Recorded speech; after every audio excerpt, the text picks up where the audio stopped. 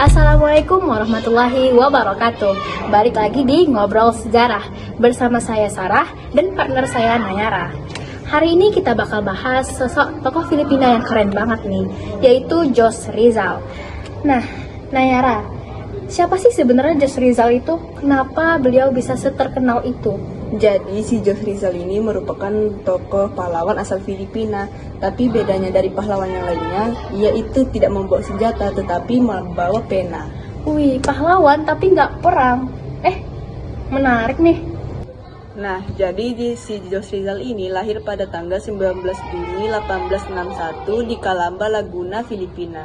Ia juga merupakan dari keluarga yang berada. Lalu orang tuanya juga perubahan sama pendidikannya. Beliau juga mengenyam pendidikan di Ateneo Municipal de Manila, University of Santo Tomas, dan Universidad Central de Madrid. Tak hanya itu, beliau juga mampu menguasai hingga 22 bahasa juga loh. Dan dia juga merupakan seorang ilmuwan sosial, dokter mata, dan juga seorang penulis. Wah, beliau keren sekali ya. Betul, beliau juga terkenal dengan pemikiran-pemikiran yang hebat dan keberaniannya melawan penjajahan kolonial Spanyol di Filipina pada saat itu. Wah, mantep banget sih. Apa aja sih pemikiran-pemikiran hebat beliau dan bagaimana kisah keberaniannya? Begini kisahnya. Jose Rizal ini memiliki pemikiran-pemikiran yang sangat hebat loh.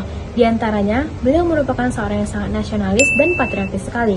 Beliau memiliki pemikiran akan kesetaraan dan keadilan, reformasi sosial dan politik, hingga emansipasi wanita. Beliau memperjuangkan hak-hak wanita dalam pendidikan dan kehidupan sosial juga loh. Pemikiran-pemikirannya ini ia tuangkan dalam sebuah novel yang ia beri judul No Limit Tangerine yang diterbitkan pada tahun 1887. Buku ini menggambarkan kondisi masyarakat Filipina pada saat pemerintahan kolonial Spanyol. Ini memicu kesadaran sosial bagi masyarakat pada saat itu. Lalu bukunya ini ia lanjutkan dengan buku yang berjudul El Filibusterismo yang ia terbitkan pada tahun 1891. Buku ini berisikan kritikan keras terhadap penindasan bangsa kolonial. Tak sampai di situ, ia juga mendirikan sebuah organisasi yang ia beri nama La Liga Filipina.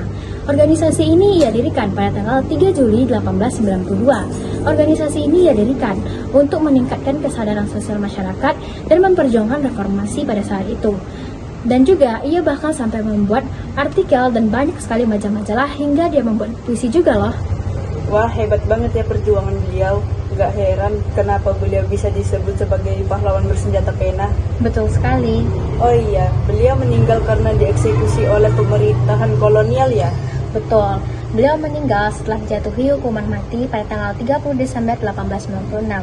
Sebelumnya, pada tanggal 6 Juli 1892, beliau ditangkap dan diadili karena dianggap sebagai ancaman bagi kekuasaan Spanyol di Filipina.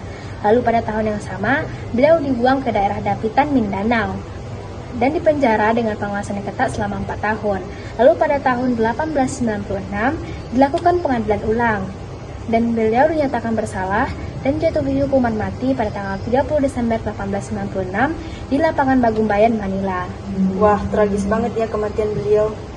Nah, perjuangan beliau ini memiliki dampak positif, di antaranya meningkatkan kesadaran nasional, mengilhami masyarakat untuk terus berjuang melawan penindasan sosial, serta mendorong reformasi sosial dan politik. Dan ada juga dampak jangka panjangnya, seperti setelah kemerdekaan Filipina pada tahun 1898, yang dimana setelah 2 tahun kematian Jose Rizal ini menimbulkan kemarahan bagi masyarakat yang semangat untuk memperjuangkan kemerdekaan dan melawan penindasan kolonial. Ia juga dikenal sebagai pahlawan nasional dan menjadi inspirasi bagi generasi selanjutnya. Nah, begitulah kisah salah satu tokoh hebat dari Asia, Jose Rizal. Sangat menginspirasi sekali ya. Bagaimana pendapatmu tentang beliau? Saksikan kisah-kisah lainnya dan sampai jumpa. Wassalamualaikum warahmatullahi wabarakatuh.